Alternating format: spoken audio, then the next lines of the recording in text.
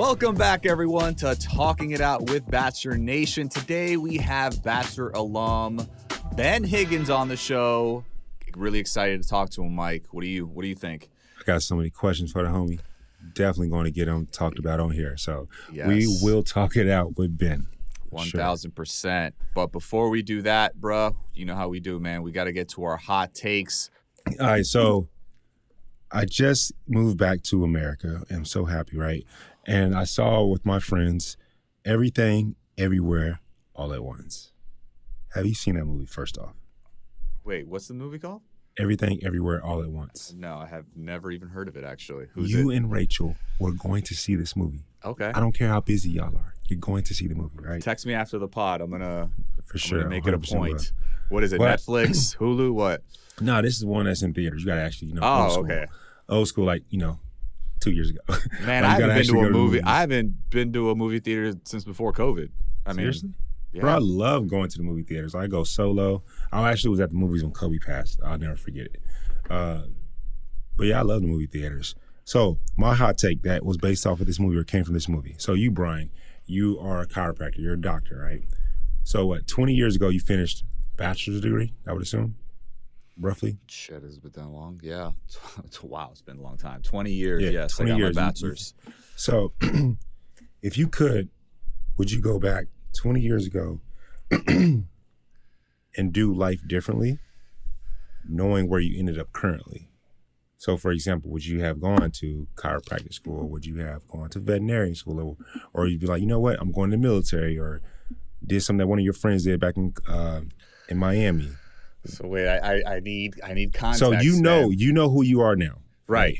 And like, So then, like, obviously, if I press a button right now, it'll would you go take back me 20? back. And we're going to X out the obvious, you're married. Obviously, we know you love big sister Rachel, right? We know that's your wife. If Rachel's not in the picture, would you go back 20 years ago and do it again? So wait, would so you if I do it so differently? if I press the button, I go back. I am not cognizant of what Yeah, you has don't remember. already happened. You don't remember this life. All you know is you're put back in that position, and because this is what I'm trying to get at. We all have choices to make in life, right? At your age now, today, me, myself, and today, I made a choice. I was eating my Cheetos, and then I remember we had Dr. Amon on. He was like, "Is this good for your brain?" So I threw the pack away. That's a great question, bro. Like, real talk. And so it was a choice that I made a few hours ago. So we all have choices. If you can go back 20 years ago, you had walked across the stage with your bachelor's degree, what would you do? Mike, I mean, yes, I know you prefaced this with the whole Rachel situation, but there's only one right answer for me, right? Listen, I'm happy. I'm in a good place in my life. I found my wife. I have Say a you career. found her back then. Let's say you found her at 22. No, I was not ready for a wife at 20. Wait, no, that wouldn't be right because she would have been like 18, 17. Yeah, she would have been underage. All right, we don't want to talk about it. Next subject. X that out. But listen, man, I have a career, it allows me to help people in a natural way. I'm healthy, right? I have a family and friends that love me and I love them back and they support me. Where would you be? Let me ask you in a better way then. Where would you be if you didn't make the choice that you made? Because that was a pivotal choice in your life to go to chiropractic school. Yeah. Where would you be if that didn't happen? Where would you be right now? What do you feel? Honestly, I don't know, man. I probably would be, I don't know, maybe I was into fitness and nutrition back then. Something in the health and wellness arena. I don't necessarily know what it is. So you would be like, I believe his name is Martin from Katie's season. You'll be in Miami. You'll be a personal trainer. You got the cool little haircut. Yeah, some tattoos. Here's the thing, bro. Have you ever seen the movie The Butterfly Effect with Ashton Absolutely. Kutcher? Of course. That's the thing, bro. It's like if you go back and you think, oh, I'm going to have a better life, right? It's like better It's than not what you necessarily already... better. Yeah, it's not necessarily better. Correct. Just like any one different decision or move that you make going back to when you're 20 could alter the entire course of your life moving forward. So it's like... You know what can alter your life moving forward in a positive way, though? Literally just doing what you're supposed to be doing every single day. It compounds on top of each other every single day. It like that is a positive that you can do, that we can create. So your answer is... I keep it just the way it is, man. I don't need anything changing. Like, I'm good. I'm good at the current place that I'm at. What about you? And you would be in Miami doing something in the health and fitness realm? I mean, who knows where I would have gone. Or you feel like you would be, because, we don't know. I feel like at that time, I mean, you mentioned 20 years. I was in college. You know, I was super into fitness at that time, and I had just started eating healthy. So I figure something in that health and wellness, maybe I become a DO, a medical doctor, a chiropractor. Like it all depends, but something in that field. Fair. For me, man, like my pivotal moment was when I was in community college. And I remember coming home, and I told my roommate at the time, I was like, homie, I'm joining the military. And he laughed at me, right? He just died laughing. He's like, why are you joining that war? You don't need to do that. And if I didn't join the military, I may be a statistic right now. Really? I may be. You really think that? I mean, what were you doing at the time? I mean, before you decided to go to the military. I was being a follower, right? Like I had a good job, but I was also being a follower in the sense of I wanted quick money. I wanted money now. And so I was doing things to obtain that, to get that. Talk about some of the stuff in my book, right? And so I feel that I wouldn't have got away from those individuals, that I was trying to emulate. And I feel like I'll be in jail, or I might be working like at Walmart, which there's nothing wrong with working at Walmart. I definitely would have, because I probably would have worked at Walmart still, doing stupid stuff, probably been in and out of jail. And then I would have came like the store manager of a Walmart. And I would be like, oh, wow, you can make money doing like this stuff. And then I probably would have just continued to grow in that space and be like a regional director of like the south of Walmart. That's probably what would have happened. Okay. Damn, you have like a very specific. I probably would weigh 50 pounds more, So you feel like, I mean, what do you feel like the military then gave you? Discipline. It gave you a vision for your future. It gave you so much. Bro, the thing, I can pinpoint exactly what each step gave me, right? The military gave me culture. I had never watched a quote unquote like Caucasian movie prior to joining the military. Like none. Like Wedding Crashers, like some of my favorite movies. Never have I ever. I was watching like CB4, Friday, Best Man, like all classics. No, for sure, all classics, of course. But like the military opened my horizon. I'm so thankful for that. When I left the military, became a financial advisor, did all that stuff. It taught me that the universe really does listen to you if you put in the effort, right? So first I was taught culture. Then I was taught the military will move out of your way if you put in the effort. Then I was taught right before I got on the Bachelorette, I was starting to make great money, like stupid money. And I learned that money doesn't make happiness, right? It doesn't create happiness. And then I went on, the Bachelorette or whatever, and I learned that people will not know you and still hate on you. But you can still be just as sweet, right? And so I've learned something at every single point in time in my life. And so, and now we're here, right? And now people, this is kind of cool. This is an ode to you and to all of our team, right? And to all of the fans. Thank you guys. People stop me more now and say, yo, I listen to your podcast. That's amazing. It happened twice when I was flying. That's from when Florida we're in the process of making it. You know what I mean? We're in the process. That happened process. twice. It's still a process. On one flight, like on two flights. They didn't say, oh, you're Mike from The Bachelor. They're like, yo, I listened to your podcast. I was like, bro, give me a hug. Yeah, bro. I actually have patients that come in and talk to me about it. Like, I heard your hot take the other day. Like, I think this and this and this. That's like, good. It's great. Yeah, I love when people have a same opinion or a difference of opinion. I think that is beautiful. I heard this. I'm going to completely butcher it. Opinions are not bullets, right? I feel that sometimes we live in this world where if someone has a different opinion of us or that our opinion was, they automatically think that, we have to be at war with each other or odds with each other. It's not, my opinion isn't a bullet shot to your heart. You know what I mean? That's just how I feel. My mind can be changed. I'm not married to the thought.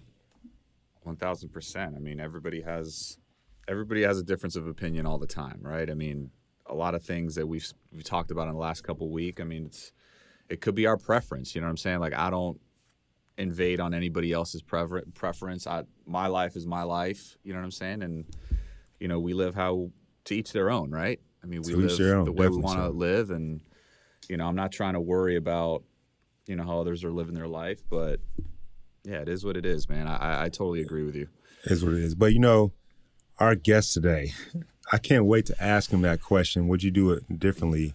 That's a very interesting question. Yeah, would you do it differently? Him being the Bachelor, him and his wife, his beautiful wife. I know Jess, abstaining from sex, but here is his Bachelorette saying that they had sex or whatever, and just a lot of stuff. It's messing with it has messed with his head a bit.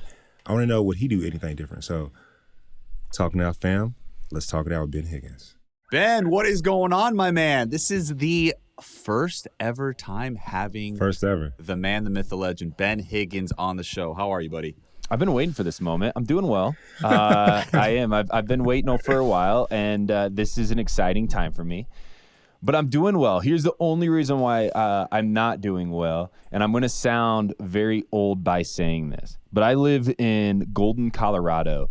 It is snowing outside. It's like I don't know if you guys will post this in a few weeks or recent, but it's May, early May, and it's snowing, and I sound like my father when I'm like, the weather's so cold. It should not be snowing right now. It should not be snowing at all. It's May. It's summertime, and yeah. Come to Texas. We got it. Come to Austin.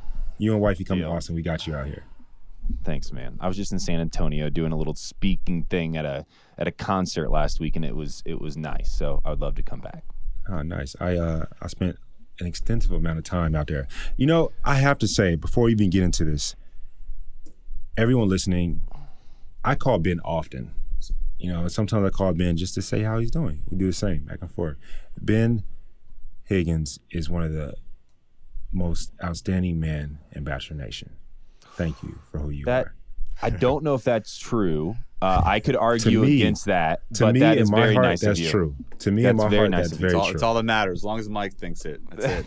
It's all that matters. Mike thinks it. Well, thanks, Mike. That means a lot, and it's a good way to start this. I do appreciate you saying that. I try. I guess would be the way I would say that. And then also, Ben, you asked our producer this, so I want to ask you this. On a scale of 1 to 10, how are you doing today, Ben? I'm doing great. On a scale of 1 to 10, okay? So I'm doing 9 today. 9? Oh, wow. We're doing great today. I'm doing really good. Currently, my puppy is at my feet. I don't have any shoes or socks on. Those are getting warmed up. My wife is going to be coming home from work in about 45 minutes. Okay. And we do this little thing where Waylon kind of my puppy ruined it for me. I thought I was a good husband. We haven't been married that long. But you know how dogs get really excited when somebody walks through the door? Like they run up and they jump and they lick and they act like the world's, much better. Yes. Well, I wasn't doing that. I'd never done that. But now because my puppy does that, that's kind of what my puppy and I do together when she walks through the door. So it's always an exciting time in our house when she gets home. We both run up to her and freak out. I love that. That's so sweet. I love that, so I'm excited. Jess, I know she's an amazing woman in her own right, and so I know she loves that. Yeah, she does. She just wants to be loved, and I do love her, so it's easy. So on that subject, man, I mean, congratulations. You guys are finally married. Any advice out there for newlyweds? Yeah.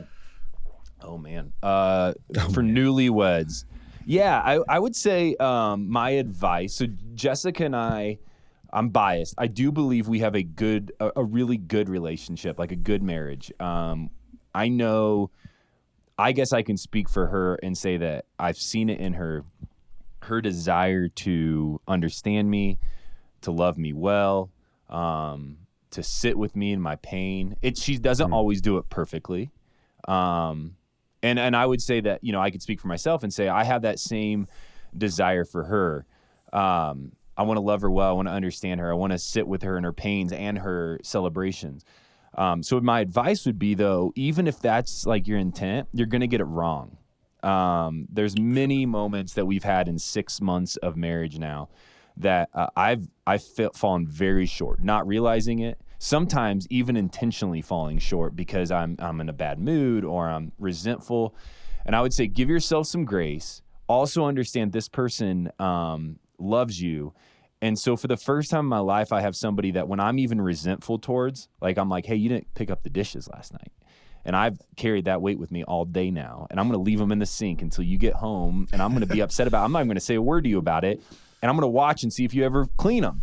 I have somebody in my life now for the first time ever that I actually desire to communicate with and say, hey, like I'm feeling this way towards us right now or towards you right now.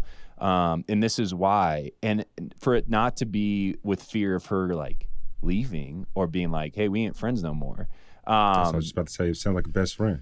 Yeah, like it's with her saying, okay, well, here's why I'm mad at you too. Let's figure this out. And we sit on the couch and we figure it out. And so just give yourself some grace to figure some stuff out. It's not easy, but it's beautiful and it's a lot of fun. It's just not easy. And that's what I'd say to newlyweds. Just like if it feels like all you do is miss the mark, well, ask your partner to help you start hitting the mark again. Yeah, help you get your aim back. What has been the biggest thing, the biggest adjustment? Ooh, she wakes up at like 5:30. You guys both seem like early morning risers. You both probably wake up early, Rachel get a wakes cup up of coffee. before me, so I feel you, man. Yeah, and so like she wakes up. The dog sleeps in a crate in our room, so he wakes up. And I thought I was doing fine at like the 6:15, 6:30 wake up. That feels like a good time in life. There's no reason for me to be getting up, too much earlier than that. But she wakes up and she works out. So the dog wakes up. So I wake up. That's been a hard adjustment. I would also say and she would admit to this too, our cleanliness standards. I'm realizing I'm crazy. I clean often. If I walk in and there is dirt on the floor, which is very common in Colorado because we live in the desert, and it's just a little bit of dirt, like that's not going to be there tomorrow morning. I'm going to make sure that's cleaned up, which is a little psycho of me. Jessica, she could go, I don't even know how long she could go without that getting cleaned up. Yeah, it could be there for a couple days at least. And so I think that has been an adjustment. But mostly the wake up time. I'm tired, boys. NBA playoffs are on. They don't get over here till like 11 o'clock. I'm watching them, and then at 5:30, somebody's moving around. And as hard as they try to stay quiet, it's not good enough. Yeah, that last hour you could just throw that away because you're not getting any quality sleep. No. And what? Just curious, man. Like, what your communication styles? Because I know Rachel and I had a little bit of a transition period where she's like the type that wants to tackle subjects right away. Mm-hmm. I'm kind of the person that likes to take a beat, kind of compose myself. I don't want to say anything that I, don't want to say. So I kind of need a little time. And then I'm able to come together and talk about it and communicate like you said. Like, can you compare and contrast your communication styles? Yeah. Jessica is very... confrontation scares her. She doesn't like it. Now, it's easier, I think, as we've gotten married because we've gotten more used to a healthy confrontation. There's no reason for me to blow up on her and yell at her or her vice versa, which maybe was the case in past relationships where we were immature or we had to learn those things. Like when we confront something, it needs to be done in a healthy way. And that's taken some some training. And so I would say I'm an only child, and I say this all going to make sense. I'm an only child. I lived in Denver for 8 years alone in my own house, in a small house. And when I say house, it was like 700 square feet. It might as well have been an apartment. That wasn't like hey, I had a house when I was young. It was no, it was just very small. But I got really used to just getting in my own head. Thinking through things on my own, processing through it on my own, which I don't think was healthy. I always thought it was. I think there's a level to that, but that was healthy. But what I'm realizing with Jess is I have a lot of insecurities outside of our relationship because of me getting in my own head so much. And so we've both gotten better at just starting to talk. The other day, and I'll tell you this, and she might not be thrilled that I said this, but the other day we were in the kitchen. This wasn't more than a week ago, and she says, "I miss you." I was like, "What? Why do you miss me?" She goes, "I just feel like we haven't connected in a while, and I feel like you haven't told me about your life in a while." And I was like, "Really? I didn't realize that." I thought I was telling you everything. She's like, I don't know anything that's gone on in your life in the last 3 weeks. Like, I have no clue, Ben. She goes, I miss you. And then I started thinking, I was like, you're right, because I've been telling myself all the stuff that's going on in my head, in my life, in my head for the last 3 weeks. And so I haven't told my wife. And now there is that reciprocal communication. So I think we're both getting better at least talking about stuff because it's in a safe environment. I do, though, feel like I'm more likely to get in my own head than she is, but she typically doesn't like to confront things. So we've had to kind of figure out, okay, what's a good middle ground there? Well, that was awesome on her to, I hate using the word confront sometimes because it has a negative connotation, but that was awesome for Jessica to tell you that she misses you. Yeah. You know, and speak that up, because at times I think we or our partner thinks that we are mind readers and we're not. And so I'm really glad that she said that. You know, so you could, like, wow, I'm sorry, you're right. And and just like how wise of her to, I don't know if she thought through how she was going to open that up to me, but like for somebody to tell you I miss you, like there's no like that hits home. Yeah, there's no wall that goes up where I'm like defensive and like, what are you talking about? It's like, wait, you miss, like you actually, you miss me? Like that's incredible. Like, all right, let's talk this out. And so just really wise of her how she talked to me about it. And we still ended up at a really good place afterwards. We just had to talk about it. I love that. 100%, man.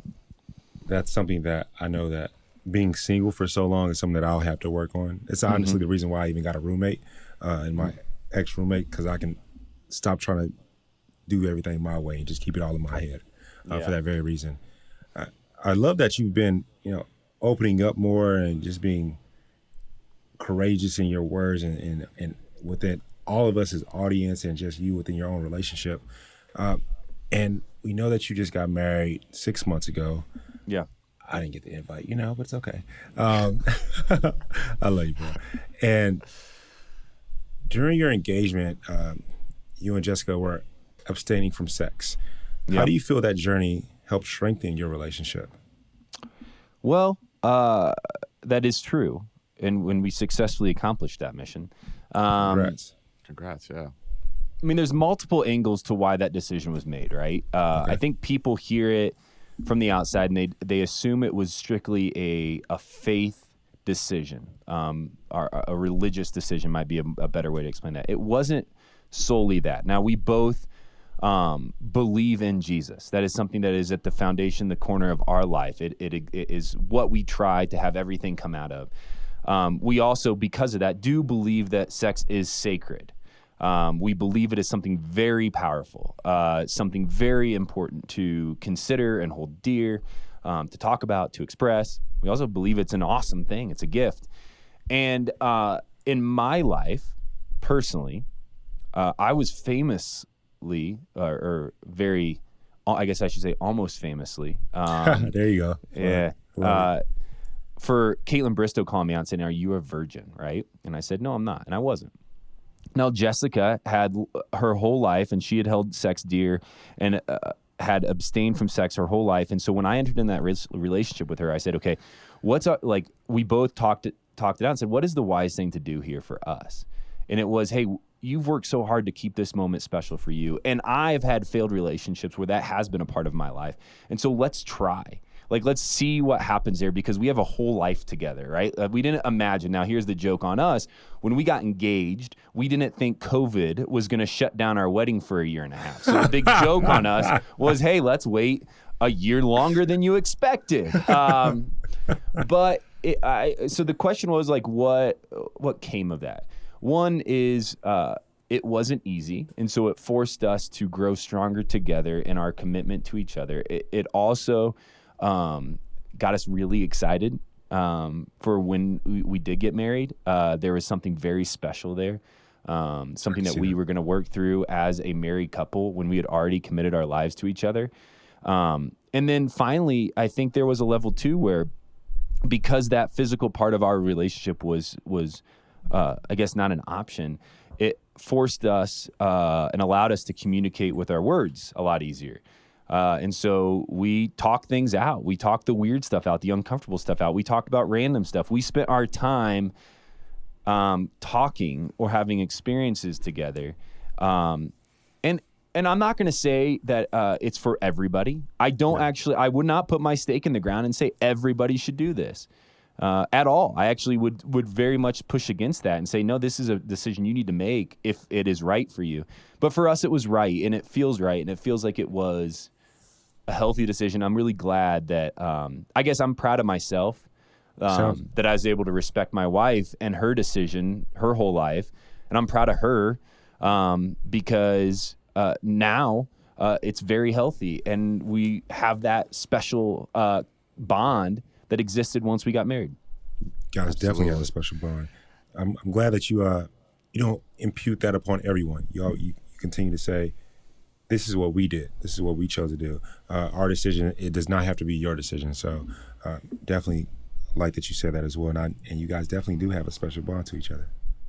Yeah, it is. It wasn't the easiest of times, boys. No, I can't even imagine, because I mean, if you saw during COVID, during quarantine, a lot of couples, babies, boyfriend and girlfriend, married, wherever the case may be, they separated because they were together. You know what I mean? Like, they didn't have the space that they used to have with work and, other activities. So the fact that you guys were abstaining from sex, it just actually brought you guys closer together. You were able to communicate so much during that time. Yeah, you're right. You're right. A lot of people had babies during that time too. Yeah, so. COVID babies. Speaking of babies, there have been a lot of Bachelor Nation babies lately. I mean, can we expect little baby Higgins in the future, in the near future? I thought that was, I think Jess and I both thought, like, hey, we got a good time line here set up.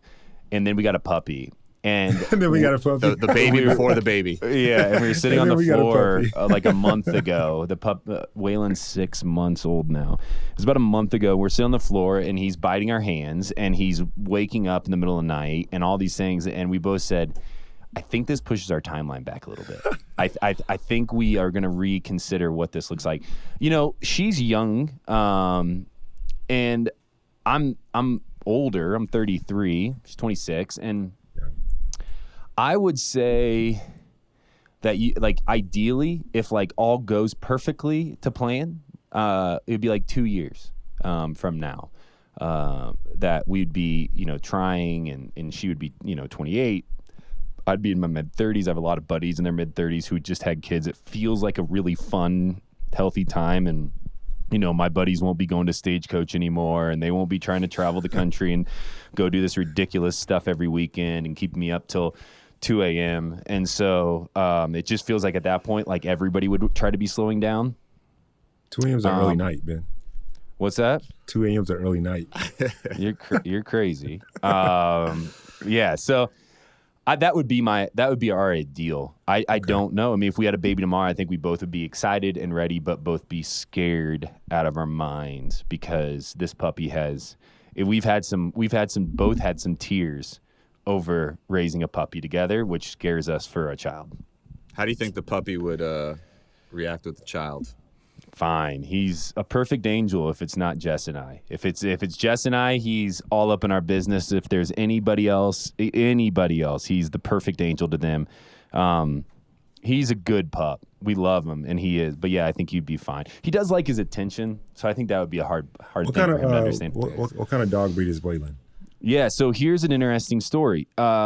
We adopted Waylon, Elise, from Colton's season of The Bachelor. I don't know if you know Elise. She's Blake Hortzman's roommate right now. She was moving from Arizona to Denver. Was driving through the desert in Arizona, saw this dog outside of her window. She thought it was a coyote. She didn't really know. It was kind of out in the distance. So she got out to take a picture of it. The dog ran up to her, and it wasn't a coyote. It was a dog. It was a domesticated dog. But it was severely underfed. It was dehydrated. It had a broken leg. And so she's like, I can't leave this dog in the desert. So she picks it up, puts it in her car, drives it to Denver, starts nursing this dog back to health. And as she's nursing back to health, she's starting to try to find houses for this dog to go to. She's like, I just moved to Denver. I didn't want to get a dog to take away from my time meeting new friends. She started to fall in love with this dog. Well, one night on the couch, the dog's belly started moving, and she was pregnant with 8 puppies, and Waylon is one of those puppies. So he is a straight mutt. He has husky, German shepherd, lab, pit bull, blue he's healer. definitely wow. wanting attention. He's definitely wanting attention. So he has a lot of stuff in him. But it's a cool story. And so we adopted one of those puppies because we just kind of fell in love with the mom and then fell in love with the idea of that, Waylon was out in the desert with his mom for who knows how long. And now he's in our house. You just gave me a show idea.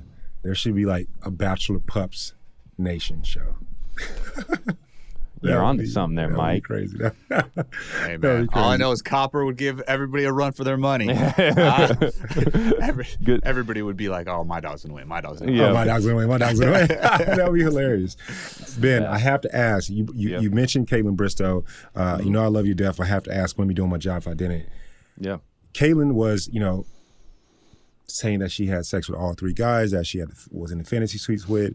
It was bothersome, needless to say, obviously. How do those conversations go? Because I can't imagine being a married man. You and Bryan both are, and your life is like public like that. How was that for you guys? Yeah, definitely. Well, I don't know if Jess ever. I'm sure she saw something or somebody sent her something. I'm sure. And she, at this point, I think probably, I'm assuming a lot here.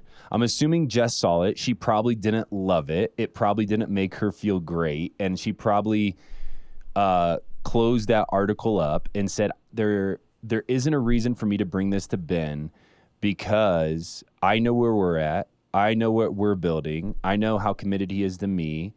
And there isn't anything healthy that would come from me bringing this up to him. If she wants me to explain myself to her, I would gladly, I will. I'm not going to lie or hide anything. It's hard to do because, it's televised.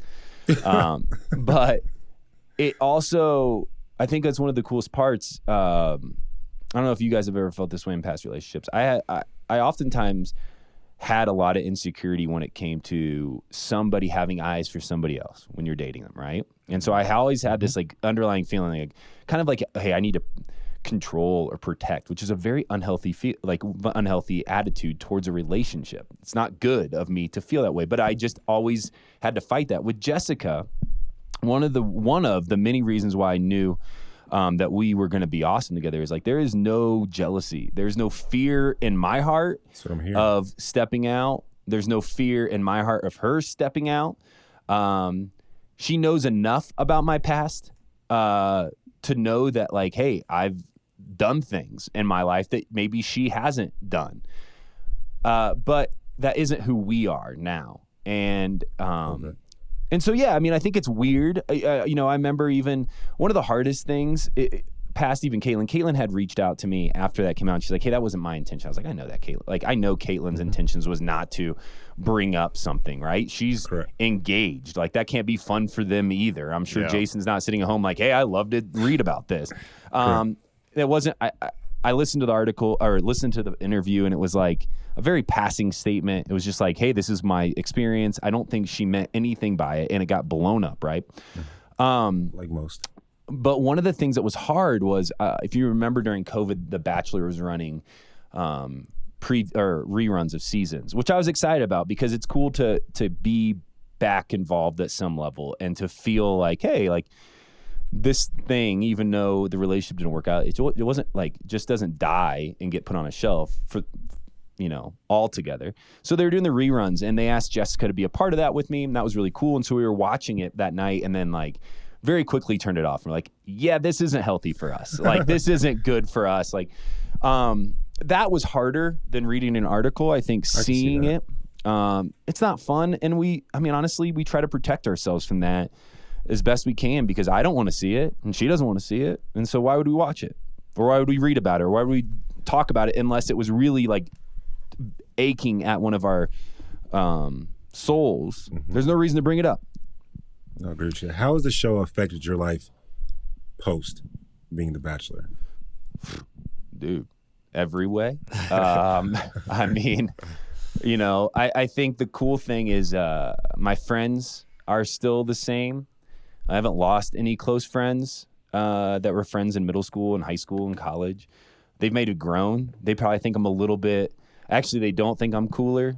They told me I was going to be king of the nerds if I became the Bachelor, and then became the Bachelor, and like, you're king of the nerds. I don't know if any of them even watched it. I don't know if I've ever talked to them about the show much, other than like, you know, hey, I'm going. Back in the day, I was like, hey, I'm going to LA for this. So my friendships stay the same. My family relationship has gotten even better because we get to do cool stuff together. Like, my dad gets to caddy for me at golf tournaments that I get invited to, and we play alongside people that I grew up like watching on television, and he gets to sit down and have, you know, dinner next to some of the old former Cubs, and he's a big Cubs fan, so we freak out about that, and that's cool. You know, my mom is an incredible human with a really complex and beautiful story, and she's got to go on interviews and podcasts talking about her experiences, and get to travel together. So that's been cool. I'd say the biggest change for me is career. I was a software salesman. I wasn't a good one. I was sitting in the basement of this company in Denver, writing like software user manuals. I was a business analyst, and so I said software salesman. I was when you're a business analyst, you're kind of like account managing and also assisting in the development and of the software. I won't go any more into that. I'm getting bored myself. But I'm getting bored myself. But anyways, that's what I was doing. I didn't love it. I wasn't good at it. I knew I wasn't good at it. I wasn't passionate about it. I felt like a robot. I did it for 5 years. I did it a year and a half even after I was the Bachelor.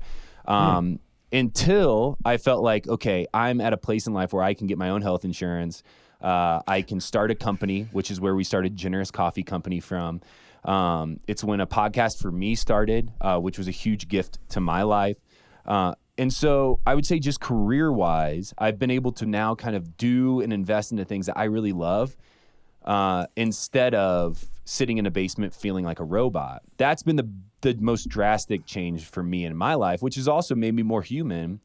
And I like that more. And one of the things, Ben, that came, you know, from the platform, obviously, was your book, Alone in Plain Sight. Yeah. And you discuss a lot of your struggles, you know, from the show and whatnot. And you talk about the negative impact on your mental health and even your relationship that the show has had. Would you go back and change anything if you could? No. And I don't mean... Like, the show is really good to me. I can't speak for everybody and say it's good to everybody that does it. I think there's good things that every person that goes on the show can find from that experience if they want to. Yeah. For sure. You know, I've been criticized for saying that, and I believe that. I believe that even if you go on that show and you're a villain and you feel like only bad came from it, I know that sucks, and I know it hurts. I know it's not fun. Criticism is not easy to handle, especially when you're just a normal human stepping on a TV show trying to be yourself, and all of a sudden the world feels like it's falling down around you. However, I believe that if we all took the time to maybe not accept every piece of criticism, in fact, maybe don't accept any of the criticism, but to learn from what you're seeing and how you're behaving on television, I believe that's a really healthy human behavior. I think you can grow from that. And learning lesson, yeah. It's a learning lesson. And you've seen people, like, we could sit here and name off people who have gone on the show who have been viewed poorly, but then maybe gone back on Paradise, or maybe just gone back into the spotlight and said, hey, I have some stuff to work on. I'm going to try to tweak some stuff and figure out why I behave this way. And you've seen them thrive post-show, like thrive. They've found their career path. They've maybe found a partner. Maybe they've gone back on a show and kind of had their redemption moment. Those things happen. Now, with all that being said, the show's really weird. I remember where I was at when I got the phone call to be the Bachelor. I was at a meeting in Tampa, Florida, which is where I was working at the time, going back and forth between Denver and Tampa. I stepped out of my office. I took the phone call. They said, hey, do you want to be the Bachelor? And I said, yes. And then I sat back down at my desk in this cubicle and started typing a user manual again. I don't know, 6 weeks later, I show up to LA. They pick me up in a black car. I go to this big old mansion. They have me staying at some 4 Seasons or 5 Seasons, whatever that really fancy hotel is called there. And I'm feeling like a rock star. Like a rock star. I was watching the ball drop on New Year's, and there's a big old poster of me up against this building. Like, you feel like king of the world. And that, to me, was more unhealthy. That to me is where I started to feel alone, because I started to believe all of that. I started to let that stuff sink in. I wasn't prepared. And I always joke about this, and people kind of like laugh and be like, oh, you're so funny. Or not, you're so funny. They've never said that about me. I guess they would say, hey, you're self-deprecating. So it's like endearing, I think would be the word. But I mean this. The hardest thing about being on The Bachelor is that you have no tangible skill set to become famous. I'm not a singer. I'm not a dancer. I'm not an artist. I wasn't a very successful business person. And so all of a sudden you just get put on The Bachelor because they think you can date a bunch of people successfully and maybe well. And because of that, after a while, I had nothing to be proud of. And that's what made me feel most lonely. I was like, I'm on the cover of magazines, or people are following me on Instagram because of a show. But I have nothing to hold on to with that, especially after the relationship ended, until some of this stuff started to get created, like Generous. And started some of the advocacy work got done. And then I was like, okay, I can be proud of this because the platform that was handed to me for no good reason is now being used for something better. And with all of that, like being said, I can be proud of myself now. You established like a purpose for yourself, it seems like. Purpose. Because before we're just a bunch of people that go and frolic on a beach or go and frolic in a mansion for a bit, and people like to watch and criticize. And that's fair and fun.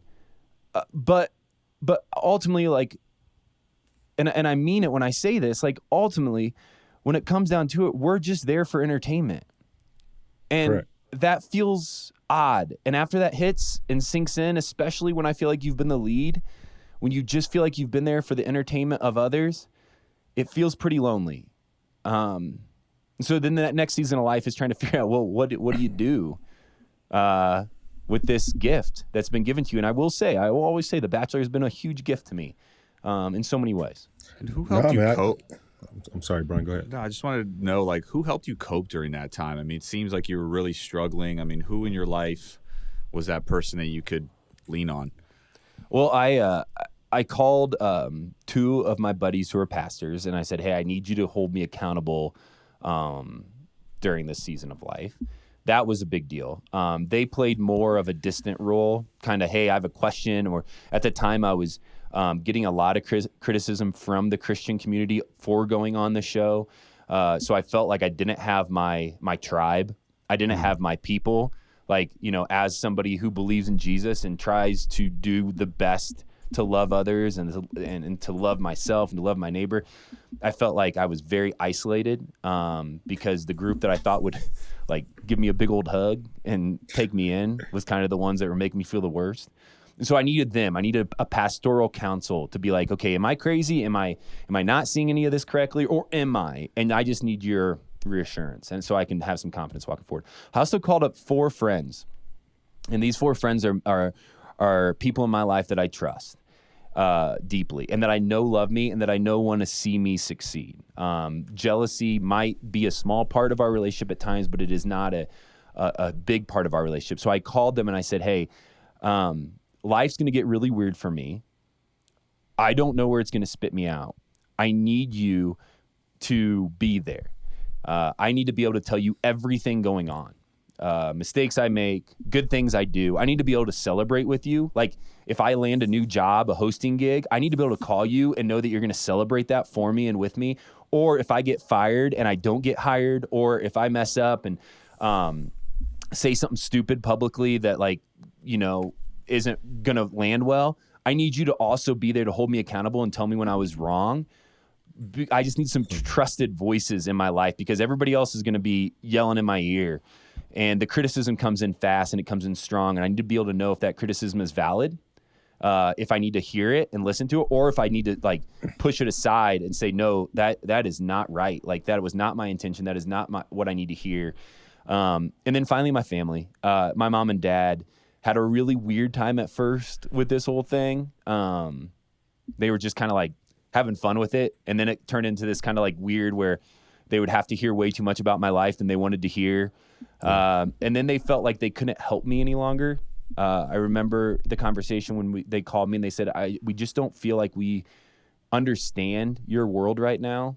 And as a result, we don't know how to be good parents to you as an adult and as somebody that's on television and getting criticized, but also getting celebrated. And that even in itself was helpful for them to tell me that, like, hey, we don't know how to be there for you right now. And so it kept me to take a step back and be like, okay, who am I if all of this weird Bachelor stuff goes away? I'm still their son. I still need them, desire to have a relationship with them.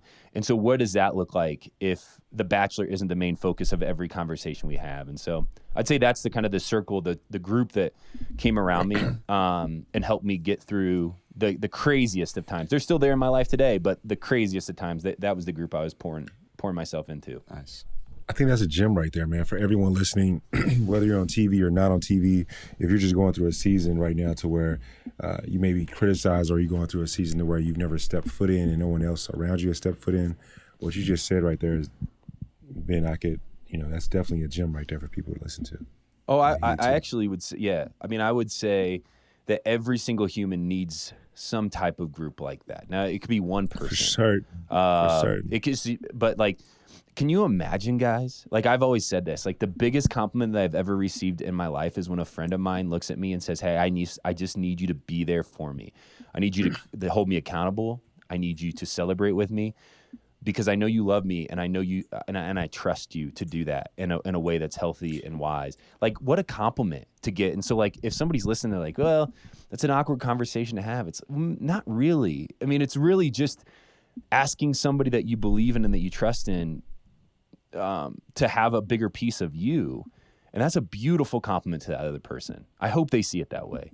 And then it helps walk life feeling less alone, which is, I would argue, one of the worst feelings, if not the worst feeling we could have is being alone. Is being alone in plain sight. That's right. Thanks for the plug. I got you. It was a great book. I got you, man. Thank you for that as well. That's something that me and my friends me and the homies, we strive for that. And like that you said, you told your friends, I want you to celebrate with me. Because a lot of times I think that so many people don't celebrate their wins in life because they may feel some type of way or another about it, or they may feel like someone else may be jealous. But, it's a great thing for you and your friends to celebrate the ups of life, the victories within life. Is also make sure that you're there during the downs of life as well.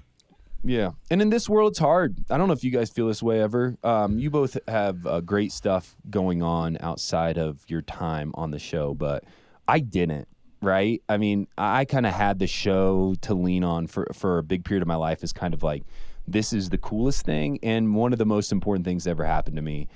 And because of how much weight I was putting into the chase for relevancy or to stay up on whatever was going on, the more jealous I would become, envious, resentful of other cast members or people that come through the show or other leads.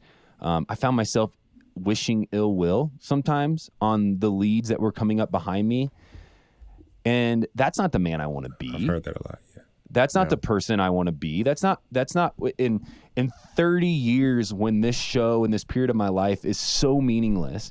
I don't want to look back on it and think, oh, I spent that time just wanting other people to fail. Yeah. Like, what a terrible mindset. What a terrible spot to be in. But I found myself getting in that place. And so I had to combat that. And to do what you were saying, Mike, I had to start finding ways to almost force myself to celebrate the successes of other people coming from the show. And that's why for a period of time, I didn't get to talk to Clayton. He was the first one. But it's why, like, and I said this a few months ago, but it's one of the only things that I hold dear now is the ability to talk to bachelors coming behind me and try to give them some, like, encouragement, even just to make them feel less alone or to make them feel like, hey, if Ben did it, I can do it. Just try to do. It's why that it was almost at first this, like, forced, I need to reach out to this person because I do want to see them do well. I don't want to see them hurt through this process. It's maybe my only role in the franchise now. It's a role that I've created and a role that I hold dear. I don't know if it will exist anymore, right? We didn't get the Clayton call. But I do feel like for me, it came from that place of I was very envious, and now I want to switch that to start celebrating these people and start getting to know them a little bit better so that maybe when they kind of come through the process and they start to get confused and it feels chaotic, maybe they can turn back to me and say, hey, thanks for being there. You know, thanks for making me feel like I wasn't alone in this. I mean, that'd be really great. No, I love that, man. That's exactly what it's all about. Kind of like you said, your two pastors, when they would give you advice, it was kind of from a distance, but they were always there. And you knew they were always there.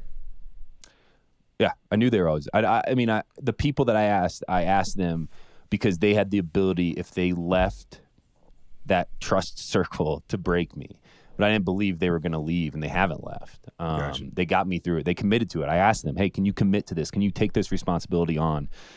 I think it's important.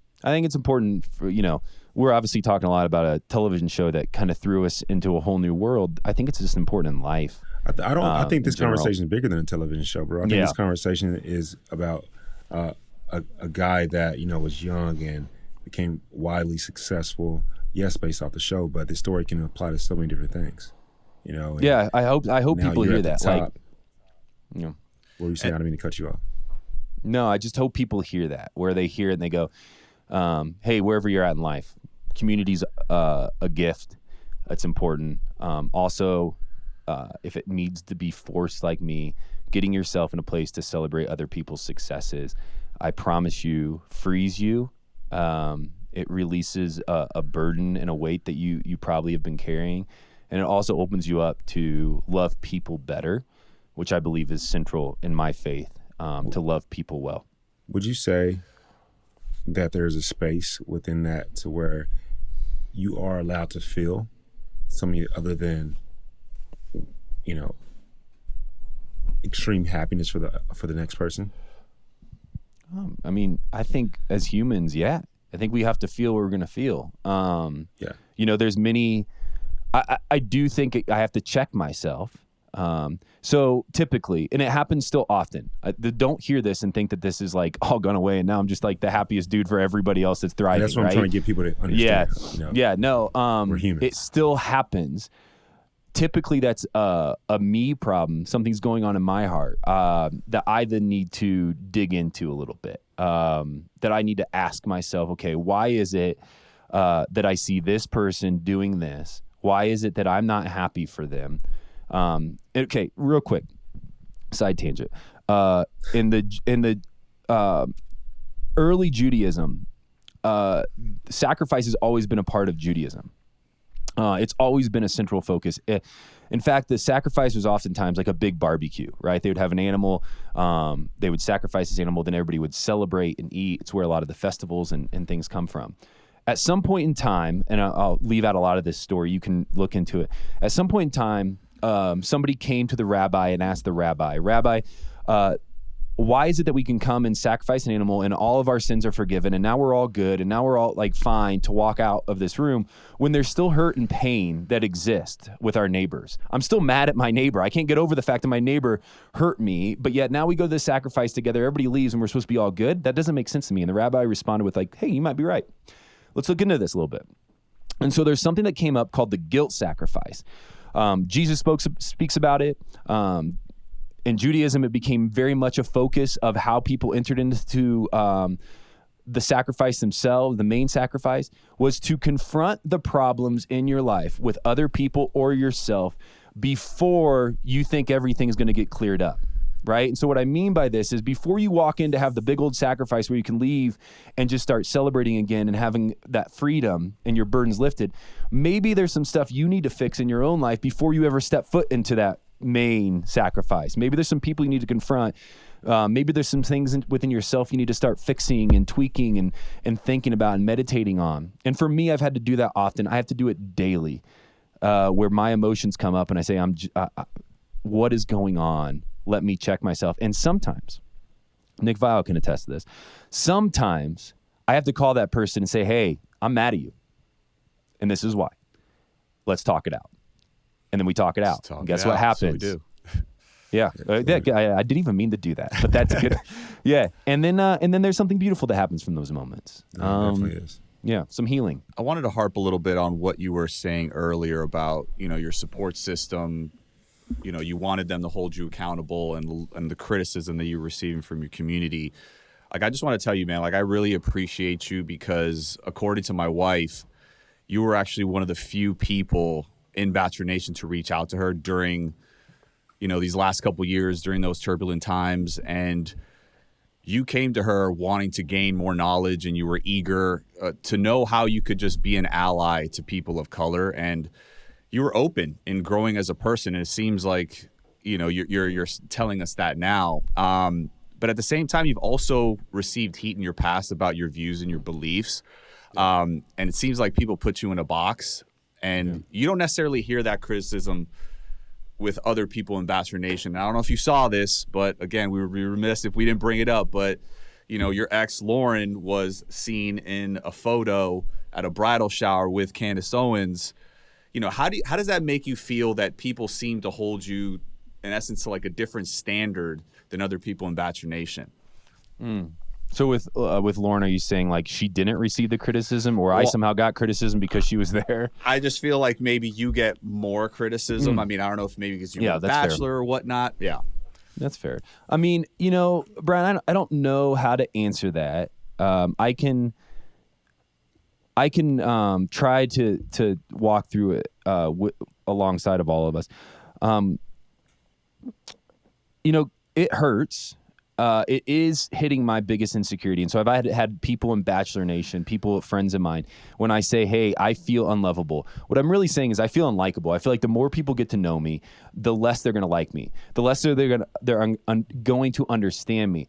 And here's the truth of it. I'm a mystery unto myself, guys. Like, I don't understand myself half the time. What I do know is that I'm trying.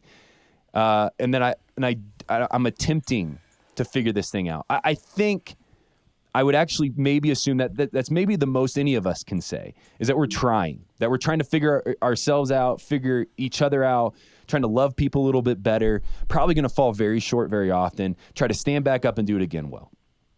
I also think I've brought it on myself. I ran for office in 2016. The same year Trump announced that he was going to be running for president underneath the same party that I was running. I do want to remind people that the Republican Party looked a lot different pre-2016 than it did post-2016. And so I think that was unfortunate. It was unfortunate timing, right? The conversation got really heated. Both sides got really mad at each other. I'm not saying anything politically here other than like it. I think we could all attest. It felt like one side was yelling at the other side and the other side was yelling at the other side. And it just felt like it got very chaotic, very fast politically. I also think I am a white Christian from the Midwest.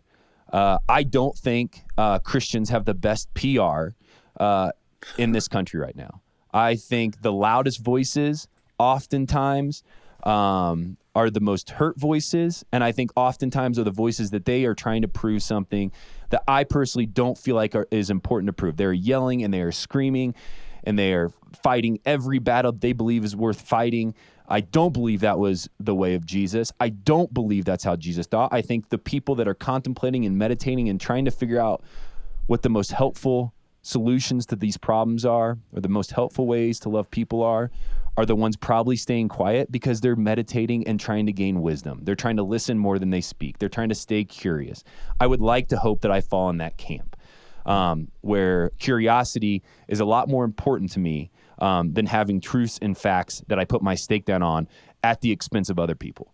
But I think there's a lot of assumptions made beyond that with just where I grew up, what I associate myself with, or what I did associate myself with. Also, probably a lack of knowledge and naivete on my part on things I would say or stand up for. It's why, I called Rachel or texted Rachel, whatever, however we communicated. I remember that time I was sitting when all the news was coming out, and Chris Harrison is a good friend of mine. I like Chris. I will never say I don't like Chris. But I also felt like, hey, there's two people involved here. And even though my bias is towards my friend, who I care a lot about and who I really like, I also know there's another person that's probably hurting in this. And and because of both of us being leads, I felt like, hey, maybe if she wanted to, I could just tell her, hey, I hear you, and I'm sorry that this is happening to you. Where were you coming from in this? What do you? One of the questions that we talked about was like, what do you hope comes from this? Like, what good is going to come from this? I want to hear what you think, Rachel, so that I'm not assuming, that I'm not sitting back angry, that I'm not sitting back being like, this was the worst thing that ever happened. That I can say, okay, this was Rachel's intent.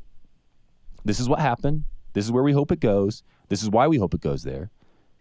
Now we all understand. And I think, Bryan, my hope from here on out in life is just to try to understand. I might not always agree, but I can at least understand. I can stay curious. I can open up the door. The criticism piece, man, I don't know.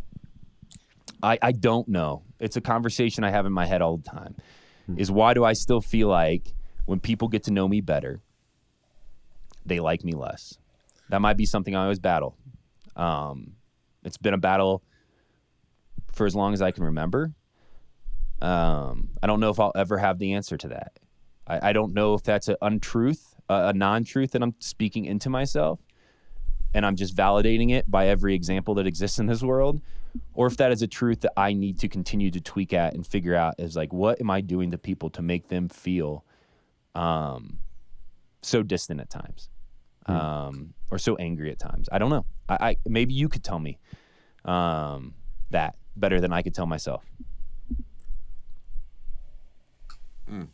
Love that, man. Well, I just want to tell you, I appreciated that from you a lot, man. Just you reaching out, because obviously she was going through it at the time, and it was just good to hear from somebody that was, being genuine and trying to genuinely be an ally in that situation. So, I just want to, and you listen, man. You're living your truth. You want to learn, and that's I think that's one thing that we all could do, right? That's all we could ask for. That's all we can ask for. Ben, really quick before we let you go, on a lighter note, I want to understand, why were you not a part of Bachelor, live on stage this year, man? Well, I got married in November. It was I think it was like a 2.5 month tour. Mm-hmm. It started in, I think, mid-March, and my wife and my parents and I had already agreed to going on our dream trip to Israel. Yes. And it was a 2-week trip. I felt like everything had been planned, and it was a tough decision. Obviously, I loved doing it. It was fun. I love Becca. And it was another way I was kind of a part of this show a little bit.